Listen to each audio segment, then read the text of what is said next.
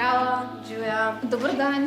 Midva bi pa danes rada spoznala, kako je, če ne vidiš. Odlično, potem sta pa na čisto to pravem mestu. Kaj pomeni biti slep? Če poenostavim, bi lahko rekli, da so slabovidni tisti ljudje, ki ne vidijo dovolj, da bi lahko vozili avto. Slepi pa so tisti, ki rabijo pri vsakodnevnih opravilih še več pomoči. Recimo pri hoji si pomagajo z belo palico. Kako bi si to midva lahko bolj predstavljala? Mogoče bi bilo to najlažje kar s simulacijskimi očali. To so takšna posebna očala, ki ljudem, ki dobro vidite, lahko pomagajo prav pri tem, da si lažje predstavljate, kako vidimo slepi in slabovidni. Izvoli.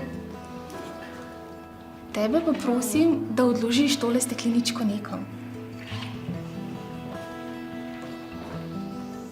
Zdaj pa je tvoja naloga, da poskusiš v tem prostoru poiskati stekleničko. Odlično. Matija, pridi pogledat, da boš videl, kako s temi očali vidi Simon. Tako tole sliko vidiš ti, približno tako pa Simon. Kaj je bilo lažje? Najti stekleničko ali prebrati besedilo na njej? Prebrati besedilo, ker sem iskal, sploh nisem videl enih stvari. Kaj pa tale očala? Tale očala pa prikazujejo ravno obratno stanje kot tista, ki smo jih videli prej. Ljudje, ki vidijo na takšen način, pa slike ne vidijo na sredini vidnega polja. Na tem listu je napisanih več šal, ampak z različno velikimi črkami in različnimi barvami črk in tudi podlage so različne. Poskusi prebrati, kaj se ti zdi lažje prebrati, pa kaj težje. Učitelj, kdo mi lahko pove primer enosnaženega okolja? Kaj pa, če poskusiš prebrati tole na zeleni podlagi?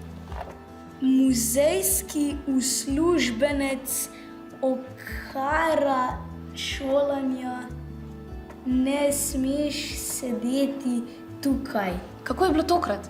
Tole je bilo pa veliko težje. In tudi slepim in slabovidnim je težje, kadar ne uporabljamo dobrih kontrastov pri napisih.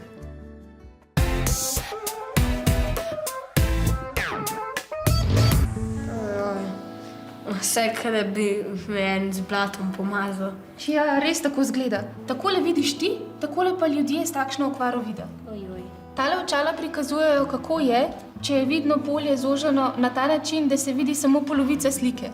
Kako vidiš? Zelo težko se moramo obračati glavo, da vidim celo sliko. Kaj pa ta očala? Ta očala pa prikazujejo, kako vidijo ljudje, ki zaznavajo samo svetlobo. Sam tam, ko je svetloba, vidim mečkan vzorc, recimo na unih luči, ki so take prečke čez. Že tako majhen ostanek vida lahko ljudem zelo pomaga pri orientaciji. Kaj naj pa čaka zdaj? Pogledali bomo, kako vam bo šlo pospravljanje zvezkov in puščic v vajine torbe in eden od vaju bo imel očala. Kateri? Izvoli. Eden pa jih ne bo imel.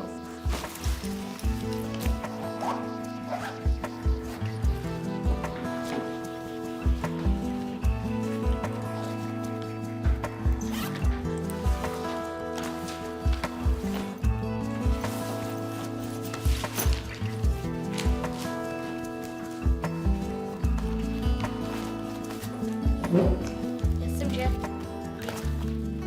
Odlično. Zdaj bomo pa videli, koliko časa več potrebuje nekdo, ki ne vidi nič za pospravljanje zvezkov v torbo.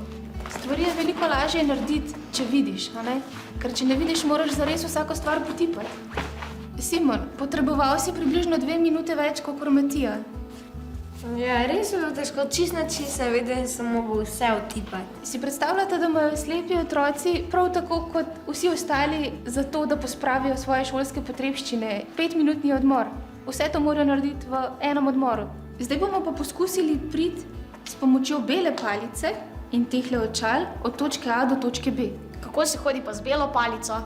Bela palica nadomešča roko, a ne da slepi ne rabijo vsega potipati z roko.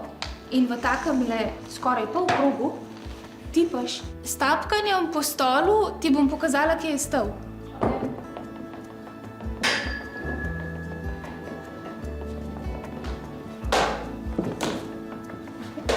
Odlično, našel si stol, zdaj se pa še usedi nanj.